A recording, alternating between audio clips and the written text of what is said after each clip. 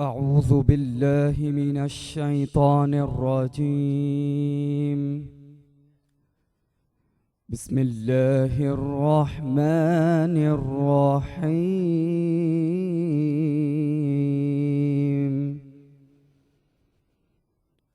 الرحمن علم القرآن خلق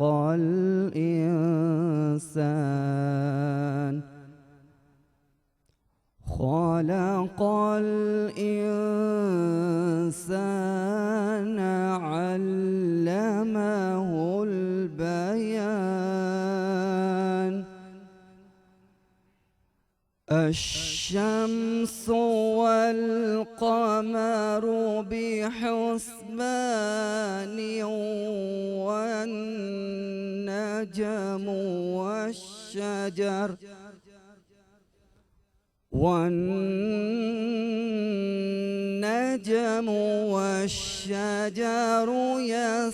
يسجدان. والسماء رفعها ووضع الميزان ألا تطغوا في الميزان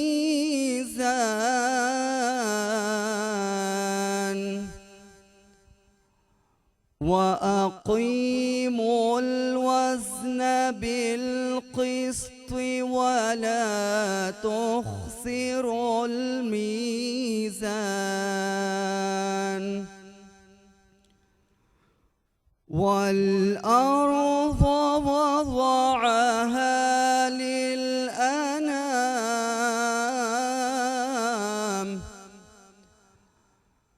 فيها فاكهة والنخل ذات الأكمام والحب ذو العصف والريحان.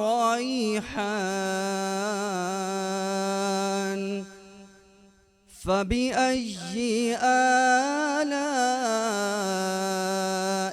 ربكما تكذبان. آمنت بالله صدق اللہ العظیم. قاری فیصل امین صاحب نے خوبصورت تلاوت قرآن پاک سے ہمارے پروگرام کا آغاز کیا ہے. ناظرین، ہماری روزمرہ کی ڈکشنری سے بہت سے لفظ ایسے ہیں جو کہ مذہبی اعتبار سے جو لفظ ہیں وہ اگر دیکھیں تو ایک طرح سے ختم ہوتے جا رہے ہیں. مطلب تو شاید ہمیں ان کا دور دور تک پتہ نہ ہو، لیکن جو لفظ ہم پہلے بہت سنتے تھے وہ لفظ اب ختم ہوتے جا رہے ہیں. ان میں ایک تقویٰ بھی ہے. تقویٰ کیا ہے، اس کا معنی کیا ہے، اس کا مفہوم کیا ہے، اور ہماری زندگیوں میں تقویٰ کیسے ہونا چاہیے. ایک میں واقعہ آپ سے شیئر کرنا چاہتی ہوں کہ حضرت عمر فاروق رضی اللہ عنہ کی مجلس شورا چل رہی تھی. اس میں بہت سے صحابہ کرام بھی موجود تھے. تو یہ بحث چھڑ گئی کہ تقویٰ کیا ہے، تقوی کا مفہوم کیا ہے. تو بہت سارے جو صحابہ کرام مجلس میں موجود تھے انہوں نے اپنے اپنے مطابق تقویٰ کی جو ایک ڈیفینیشن تھی وہ بتائی. حضرت ابی بن کعب رضی اللہ عنہ بھی اس مجلس میں موجود تھے، اور یہ وہ صحابی ہیں جن کے بارے میں نبی اکرم صلی اللہ علیہ وآلہ وسلم نے فرمایا ہے کہ وہ قرآن پاک کے سب سے بڑے عالم اور قاری تھے. تو ان سے حضرت عمر فاروق رضی اللہ عنہ نے پوچھا کہ آپ نہیں بتا رہے کہ تقویٰ کیا ہے، آپ بتائیں اس بارے میں. تو حضرت ابی بن کعب رضی اللہ عنہ نے فرمایا کہ اگر آپ کسی خاردار جنگل میں چلے جائیں، وہاں پہ جھاڑیاں ہیں، خطرناک جانور ہیں، سانپ بھی ہیں، آپ کو رستہ نہیں مل رہا کہ آپ کس رستے سے جائیں، آپ نے بچ بچ کے اس رستے سے اس جنگل سے گزرنا ہے. اپنے آپ کو بچانا ہے کہ کسی جانور کے اوپر آپ کا پاؤں نہ آ جائے، کوئی جانور آپ کو کاٹ نہ لے، اور اپنے کپڑے بھی بچانے ہیں کہ کپڑے گندے نہ ہو جائیں. یہ تقویٰ ہے. یعنی ہم اگر اصطلاحی شریعت میں دیکھیں تو تقوی کا مفہوم ہے کہ ان کاموں سے بچنا جن سے آخرت میں غضب خداوندی کا باعث بنے، جو کام ہم دنیا میں کر رہے ہوں. آج ہم اس ٹاپک پہ بات کریں گے کہ تقویٰ ہے کیا اصل میں، اور ہماری زندگیوں سے لفظ کیوں ختم ہوتا جا رہا ہے. آج کے پروگرام کے ساتھ میں ہوں آپ کی ہوسٹ عائشہ ذوالفقار۔ پاکستان کے طول عرض میں جانبین میں طرفین میں بسنے والے جملہ میرے اہلیان وطن آپ سب کو محمد عارف طیبی کی جانب سے السلام علیکم ورحمۃ اللہ وبرکاتہ۔ آج بات کر رہے ہیں تقوی پر۔ صورت آل عمران میں اللہ تعالیٰ نے ارشاد فرمایا کہ تم اللہ سے تقوی اختیار کرو، اور 236 آیات کے اندر کم بیش قرآن پاک کے جو ہے اس کے اندر تقوی اختیار کرنے کا کہا گیا، اور جتنے بھی انبیاء اکرام کم بیش 1,24,000 انبیاء اکرام تشریف لائے اس دنیا میں، اور سب نے اپنے امتیوں کو ایک بات کہی کہ وہ تقوی اختیار کریں۔ ہم اگر صوفیاء اکرام کی زندگی کو دیکھیں، حضرت سری سکتی رحمۃ اللہ علیہ، آپ فرمایا کرتے ہیں تقوی کیا ہے؟ تقوی یہ ہے کہ ان کاموں سے بچ جائیں جن سے اللہ کی ناراضگی ہے، یا وہ کام جو اللہ سے دور کر دیں ان سے بچ جانا ہی تقوی ہے۔ گناہ کبیرہ ہے، شرک ہے، یہ وہ گناہ ہیں جو اللہ سے دور کر دیتے ہیں، اور قرآن پاک میں جو ہے 36 آیات کے اندر کہیں ترغیب دی گئی، کہیں اجر و ثواب بیان کیا گیا تقوی اختیار کرنے پر، اور نا اختیار کرنے پر وعید بھی سنائی گئی ہے۔ تو تقوی کیا ہے؟ اور سب سے بڑھ کر میرے آقا مولا تاجدار مدینہ عطر قلب و سینہ دو جہاں کے مختار سید الاولاق فرماتے ہیں، آخری خطبہ سرکار ارشاد فرما رہے ہیں، حجۃ الوداع کا خطبہ ہے، حضور فرماتے ہیں کسی عربی کو کسی اجمی پر فوقیت نہیں ہے، ہاں فوقیت ہے تو اس کو جو تقوی پر ہے۔ ہمارے اسلام نے بتایا کہ یہاں برادریزم نہیں ہے، یہاں پہ اگر معیار رکھا گیا تو تقوی والے کا، پرہیزگار جو انسان ہے، جو اللہ سے ڈرنے والا ہے، جو اس کے حبیب کی اطاعت کرنے والا ہے، جو اللہ کی اطاعت کرنے والا ہے، بس وہی تقوی والا۔ تفصیلی کلام بھی اس پہ کہیں گے کہ تقوی جو ہے وہ آخرت میں کتنا فائدہ دیتا ہے، دنیا میں تقوی ہم کس طرح اختیار کر سکتے ہیں۔ علماء کی جانب جاتے ہیں، پینل کی طرف جائیں گے، لیکن پہلے سپانسرز کا ذکر کریں گے۔ اس خوبصورت نشریات کو آپ تک پہنچانے میں ہمارے ساتھ گولڈن سینڈ اپارٹمنٹس ہمارے سپانسرز ہیں، ساتھ زمزم مالز جو خوبصورت انداز کے اندر جو ہے ایک بزنس کمیونٹی کو فراہم کر رہا ہے، بھگوان پورہ کے اندر ایک خوبصورت آپ کو کاروبار کا موقع فراہم ہو رہا ہے۔ ساتھ ہی ساتھ بات کریں ممتاز بیوٹی محل جو ہے کاسمیٹک والے، ان کو بہت شکریہ کہ وہ سپانسر کر رہے ہیں۔ نثار چرسی تکہ ہمارے خوبصورت سپانسرز ہیں اس پروگرام کے، اور ملت سیکولر ہمارے سپانسر ہیں۔ علیم پینٹس نے خوبصورت نشریات کو آپ تک پہنچانے کا اہتمام کیا ہے، ان سب کا بھی بہت شکریہ۔ پینل کی طرف جائیں گے، ہمارے ساتھ موجود ہیں روز کی طرح جو کہ کل نہیں آ سکے، ڈاکٹر عابد علی قاضی صاحب، آپ کو خوش آمدید کہتے ہیں۔ السلام علیکم۔ وعلیکم السلام۔ آپ کے آنے کا قبلہ بہت شکریہ۔ کاروان علم کی بات کریں، علم کی فاؤنڈیشن کی بات کریں، خالد ارشاد صوفی صاحب ہمارے ساتھ ہوتے ہیں، ہم فاؤنڈیشن کی بات کرتے ہیں اور روز کے موضوع پر ان کا ہم جو ہے وہ تذکرہ کرتے ہیں، ان سے موضوع کا، اور پھر ان سے تفصیلی کلام بھی لیتے ہیں۔ یہ علم دوست شخصیت ہیں، آپ کو بھی خوش آمدید کہیں گے۔ اور آج کے اس موضوع پر نوجوان اسکالر ہیں، خوبصورت انداز سے گفتگو کرتے ہیں، میں کہتا ہوں سادگی سے بڑا جواب دیتے ہیں معصومانہ انداز کے اندر۔ ہمارے ساتھ حضرت علامہ مولانا مبشر رحیمی ہمارے ساتھ ہیں، خوش آمدید کہیں گے۔ آغاز کرتے ہیں آج کے موضوع کا، تقوی کی اہمیت کیا ہے اور اس کو حاصل کرنے کا رستہ کیا ہے، کیا فرمائیں گے؟ بسم اللہ الرحمن الرحیم، الحمدللہ والصلاة والسلام علی رسول اللہ۔ لفظ تقوی پہ پہلے بات کر لیجیے کہ تقوی ہے کیا۔ تقوی سے مراد اس کا لفظی اور لغوی معنی اللہ سے ڈرنا ہے۔ تقوی اختیار کرنا یعنی کہ پرہیزگاری، اردو میں اس کا لفظ ایک استعمال ہوتا ہے۔ ہر وہ شے جو حدود اللہ سے باہر کر دے اس سے ڈرتے رہنا، یہ تقوی ہے۔ ہر وہ شے جو ہمیں اسلام سے خارج کرتے اس سے ڈرتے رہنا، یہ تقوی ہے۔ یہ اہل شریعت کا تقوی ہے۔ صحیح۔ اہل طریقت کا بھی ایک تقوی ہے۔ اہل طریقت کا تقوی یہ ہے ہر وہ شے جو رب سے دور کر دے وہ اس سے بچتے رہنا، اس سے تقوی کہتے ہیں۔ آگے چل کے اہل فقر کا تقوی بھی ہے۔ فرمایا ایک لمحے کے لیے رب کے دیدار سے اوجل ہو جانا، اس سے بچنا، اس کو تقوی کہتے ہیں۔ اللہ تو ہر شخص کا معیار تقوی جدا ہوا کرتا ہے۔ اہل ظاہر کا تقوی صوم و صلاۃ ہے، اہل باطن کا تقوی اللہ کی حضوری ہے، اور اہل فقر کا تقوی بارگاہ خداوندی میں دائمی طور پہ حضور ہو جانا اور حاضر ہو جانا۔ حضوری دائمی جسے نصیب ہو وہ اہل باطن کا تقوی ہوا کرتا ہے۔ قرآن عزیز میں جیسا کہ آپ نے ابھی بتایا کہ مختلف مقامات پہ اللہ نے تقوی کا حکم ارشاد فرمایا ہے۔ بار بار قرآن عزیز ہمیں تقوی کے متعلق روشناس فرما رہا ہے، اور اس کی طرف عمل کی طرف گامزن کرتے ہوئے ہمارا سفر رواں دواں شروع ہوتا ہے۔ قرآن مجید میں جو فرمایا یا ایھا الذین آمنوا اتقوا اتقوا اتقوا کا لفظ بارہا آپ کو قرآن عزیز میں آئے گا۔ تقوی ہے کیا؟ تقوی بیسیکلی ایک بندہ مومن کے لیے ایک ایسا ادارہ ہے، ایسی درگاہ ہے، ایک ایسا انسٹیٹیوٹ ہے جس میں انسان کی تربیت ہوتی ہے۔ بندہ مومن کی تربیت گاہ، اس کی اعمال کی بالیدگی کا جہاں ساما ہوتا ہے اسے تقویٰ کہا جاتا ہے۔ صحیح۔ تقویٰ ایک ایسا معیار ہے جہاں پہ شریعت انسان کو پرکھتی ہے۔ تقویٰ ایک ایسی دہلیز ہے جہاں پہ ہر بندہ مومن کو پہنچنا ہے۔ تقویٰ ایک ایسی حد فاصل ہے جو مومن اور فاسق کے درمیان، مومن اور منافق کے درمیان فرق پیدا کرتی ہے۔ صحیح۔ تقویٰ ایک حق و باطل کے مابین ایک حجاب ہے جس سے اٹھنے کے بعد بندہ مومن ہو جاتا ہے یا پھر مومن سے گر جاتا ہے۔ تقویٰ ایک معیار ہے، تقویٰ ایک پیرامیٹر ہے، تقویٰ ایک تولنے کا ایک پیمانہ ہے شریعت کے اندر، اور جو شخص جس انداز سے آگے چلتا چلا جائے گا۔ آقا کریم صلی اللہ علیہ وسلم کی بارگاہ میں حضور کے ایک صحابی حاضر ہوئے، حضرت ابو ہریرہ فرماتے ہیں انہوں نے پوچھا یا رسول اللہ میں سفر پہ جا رہا ہوں، مجھے کچھ حکم فرمائیں۔ ہمارا تقویٰ اختیار کرو، یہ تمہارا زاد راہ ہے۔ واہ واہ واہ، مختصر لفظ مگر جامع مفہوم ہے اس کا۔ بے شک، اور حضور نے خود فرمایا نا جامع القلم، اللہ نے مجھے جامع القلم بنا کے بھیجا، میں تھوڑی گفتگو کرتا ہوں جس کا مفہوم بے بہا ہوا کرتا ہے، ایک سمندر ہوا کرتا ہے۔ اور بندہ مومن کا سفر جو اس کی زندگی میں کلمہ تجربہ پڑھنے کے بعد شروع ہوتا ہے اور آخری سانس تک جاری رہتا ہے، اور اس پورے سفر کا جو زاد راہ ہے وہ تقویٰ ہے۔ تقویٰ، جس کے پاس جتنا زیادہ زاد راہ ہوگا اس کا سفر اتنا آسان ہوگا، جس کے پاس اس کا زاد راہ جتنا کثیر ہوگا وہ پرسکون، پر اطمینان اور طمانینت کے ساتھ اپنا سفر وہ رواں دواں رکھے گا۔ وہ سفر و حضر میں بھی مطمئن ہوتا ہے۔ جس کا زاد راہ کم ہوتا ہے نا اسے پریشانی ہوتی ہے، پریشانی وہ پریشان رہتا ہے، اسے پتہ ہے کہ میرا سفر کہیں بھی مجھے دھوکہ دے جائے گا کیونکہ زاد راہ کم ہے۔ تو امام بلقی علیہ رحمہ آپ نے ایک طویل روایت بیان کی، اس میں ایک جملہ یہ ہے، فرمایا کہ زاد راہ اتنا اختیار کرو جہاں ادھر رہنا ہے، جہاں دنیا میں جتنا رہنا ہے اتنا زاد راہ جمع کر لو، اور آخرت میں جتنا آپ نے رہنا ہے، جتنا سفر کرنا ہے، جتنا مقام ہے، جتنا ٹھہراؤ ہے، جتنا ادھر کا قیام ہے، اتنا زاد راہ اختیار کیا جائے۔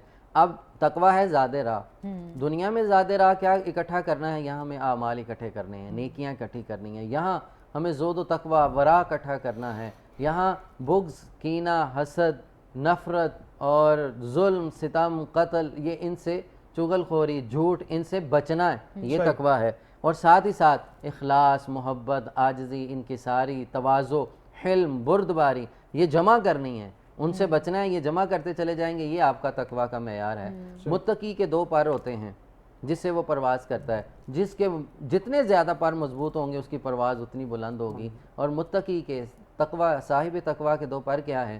اللہ کی بے ریا عبادت اور انسانیت کی بے لوث خدمت، یہ دو پر ہیں، وہ شخص متقی ہو جاتا ہے۔ اللہ ہمیں اس پہ عمل کی توفیق۔ آمین ثم آمین۔ اچھا، ذرا دینی ہم نے پوائنٹ آف تو لیا، ذرا دنیاوی لحاظ سے ہم صوفی صاحب سے بھی بات کر لیتے ہیں کہ تقویٰ ہمیں کیوں اختیار کرنا چاہیے اور کتنی اہمیت ہے۔ اچھا صوفی صاحب، کاروباری معاملات میں اور دفتری معاملات میں تقویٰ کتنا ضروری ہے اور اس کی اہمیت کیا ہے؟ شکریہ۔ بسم اللہ الرحمن الرحیم۔ پہلے میں بات ڈاکٹر صاحب نے جہاں چھوڑی تھوڑا سا آگے بڑھاؤں گا اور آپ کے سوال تک آتا ہوں۔ دیکھیے، تقویٰ میرے نزدیک دنیاوی لحاظ سے آپ کی چراغ منزل ہے۔ ہم کہتے ہیں نا کہ یار مجھے لوکیشن بھیج دیجئے گا تو میں منزل تک پہنچ جاؤں۔ تو دنیاوی لحاظ میں بھی منزل تک پہنچنے کی جو لوکیشن ہے وہ تقویٰ ہے۔ اور تقویٰ کیا ہے؟ وہ جیسے آپ نے کہا کہ زاد راہ دنیاوی طور پہ وہ تو ایک اسلامی پہلو ہے نا کہ اخروی زندگی کے لیے آپ کے پاس بہت سارا زاد راہ ہونا چاہیے، لیکن یہ جو دنیاوی زندگی ہے اس کے لیے بھی آپ کے پاس زیادہ سفر ہونا چاہیے، زیادہ راہ ہونا چاہیے۔ اور وہ کیا ہو سکتا ہے؟ وہ ظاہری بات ہے، وہ آپ کی ایکسپرٹی ہو سکتی ہے، وہ آپ کی ایمانداری ہو سکتی ہے، وہ آپ کا ایک جو ہے عزم ہو سکتا ہے، وہ آپ کی گریس ہو سکتی ہے۔